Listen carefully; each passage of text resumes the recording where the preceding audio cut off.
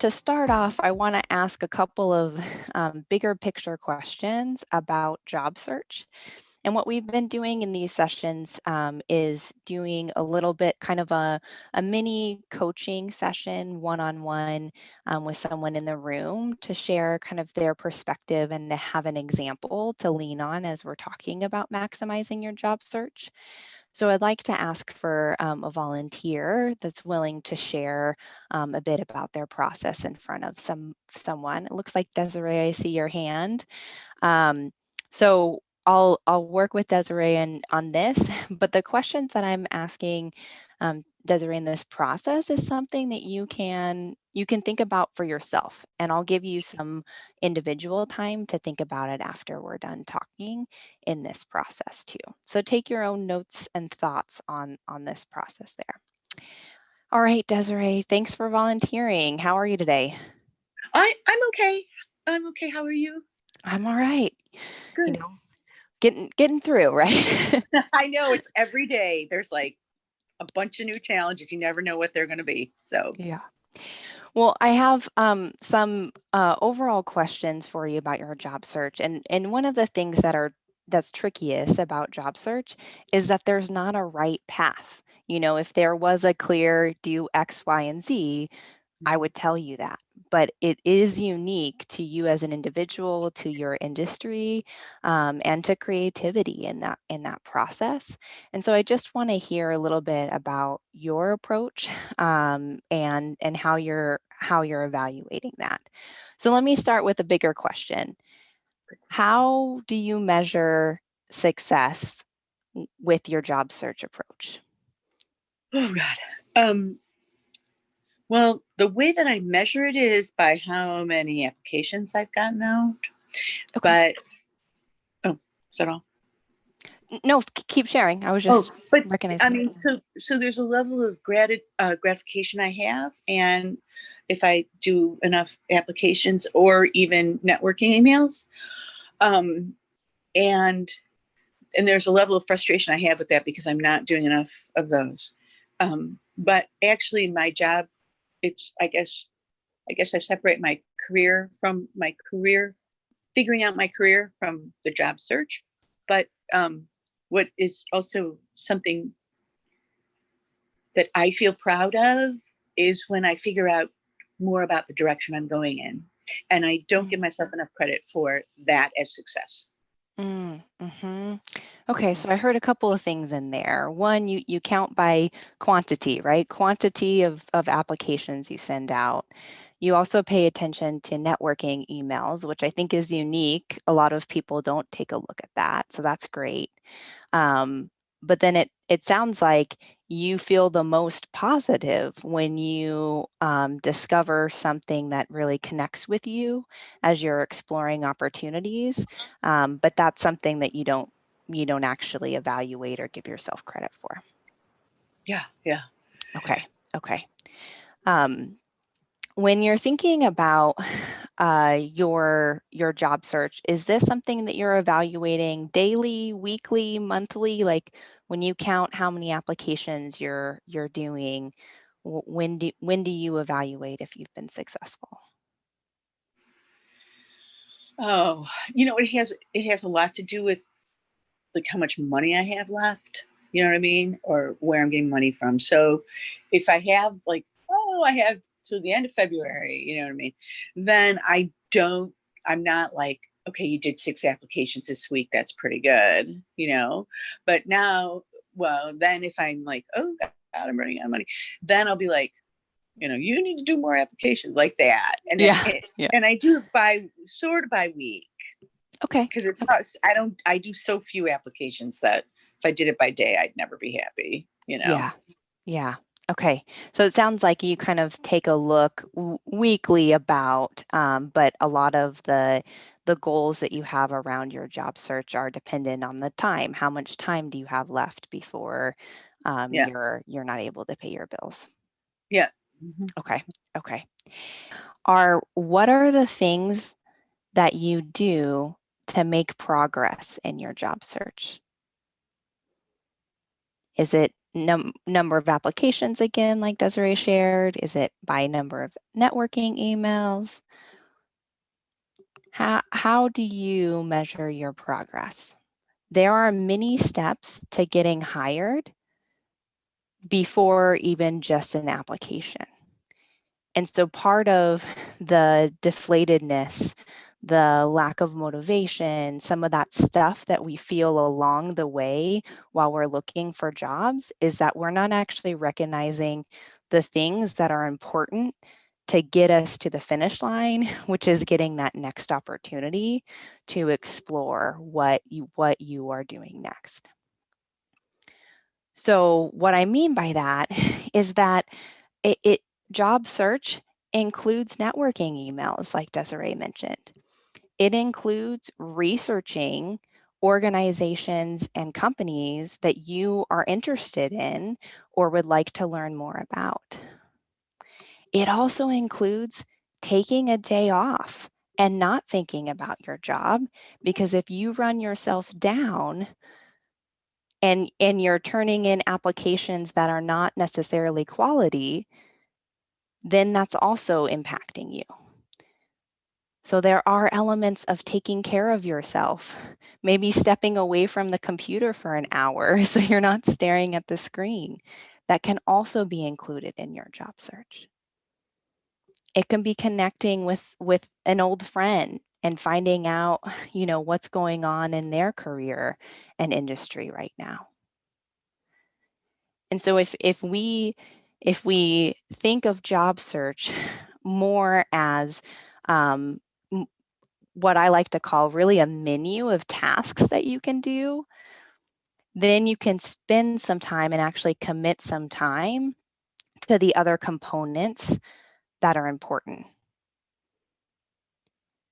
It does you better to submit one quality application than 10 applications that you didn't spend enough time on. In the job search process, it feels like a numbers game, right? Like they always tell you in sports, right? Just shoot, because you're eventually going to score. Well, I want to kind of take that perspective a little bit backwards and say that it's important to invest in what you're doing and how you're approaching it.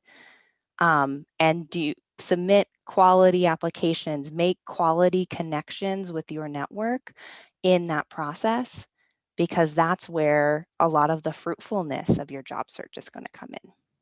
To help alleviate some of the stress in job search, it is about seeking out resources too. So a job search activity could be connecting with a local food bank to see what resources may be available to you as well.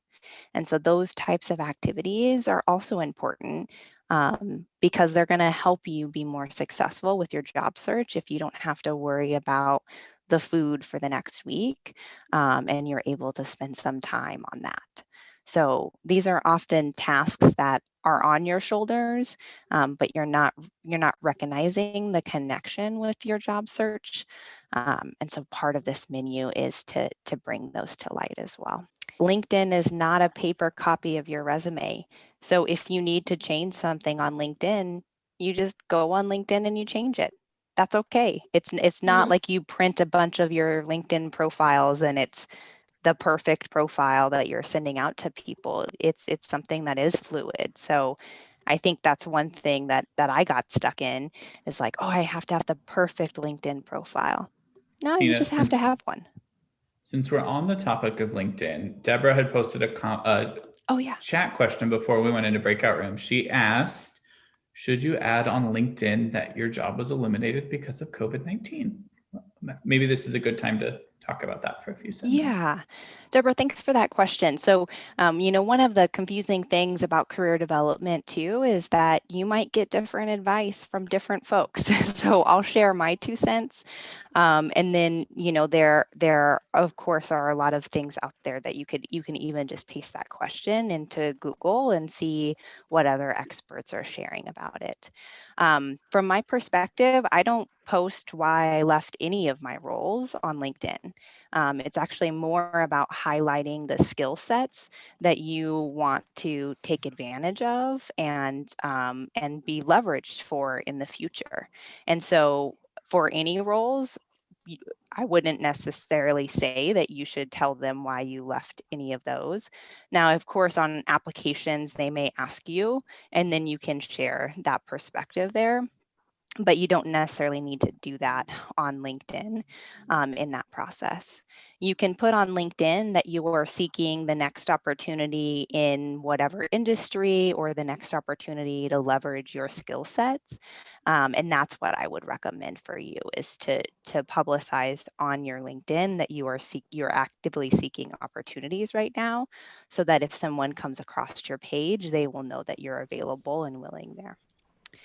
So that would be my recommendation in that process, just because it's really about highlighting your skills in there. Okay, so Alicia shared a bit about kind of things that were on her list that she was sharing in her small group. Were there any other ones that popped up in your small group that you would like to share that haven't been shared already, just to give the group an opportunity to borrow, I like to say, not steal, but borrow your idea and add it to their list? Anyone want to unmute or type into chat something unique that came up for them?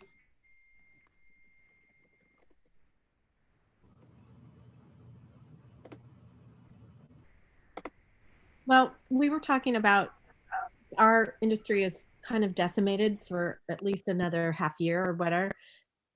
Like, how do you strategically figure out what direction to go in with your job search and pivot your skills? So should you research things that you're interested in and then go and see what is required of those types of positions and then see what lines up with what you've done in your past? Would that be something that, we could do? Or is there a better way to pivot your skills to like, I've been a corporate event manager for over 20 years. So now that there's really no event management to be had, or little to none right now, I was thinking, I did part-time work for Pottery Barn, and then also because decorating is one of my interests in interior design. But then I also was thinking, let's be practical, and maybe I just go be an office manager somewhere. But like, what are my skills that would apply to being an office manager? Yeah. And would a prospective employer look at me seriously enough to want to hire me? Because then he'll, I don't want to give off the impression like in the back of his mind, he's like, oh, I'll hire her. But then once the event industry comes back full force, and there's jobs out there to be had, she's going to be gone, kind of thing. I don't want to give that impression off at all, Yeah, Erin, I think that's an important one. And maybe another category on this menu of job search list is exploration, so that you can have an opportunity to really explore what may be connected to your skill set. And I kind of see these are my categories, so you can change the titles however you want. But in that preparation category, I would also be looking at, okay, what skills that I have in event management, and how might they translate to other industries? Because there's a fair amount of even just project management that you may have done without that official title that is needed everywhere in all industries as well. And so maybe in preparation or an exploration of really kind of evaluating where your skill set would be available. And I think your approach is right. You can research industries or even organizations that might be hiring in that area, but you could also do it through networking, which when I get stuck, I feel like that is the place that I get the most fruitful information from, of just talking to someone else about their career. And then they often ask you questions and you get to share, and then they can say, oh, there's somebody that works in my office, or I've actually been connected with somebody before that was an event manager that is now doing this. Maybe that would be a good connection for you. So they can help you with some of that skill translation as well through conversation. So I would approach it in a lot of different ways. research careers and those paths like you mentioned, but then also network to explore and make some connections about your skills and what you have to offer too.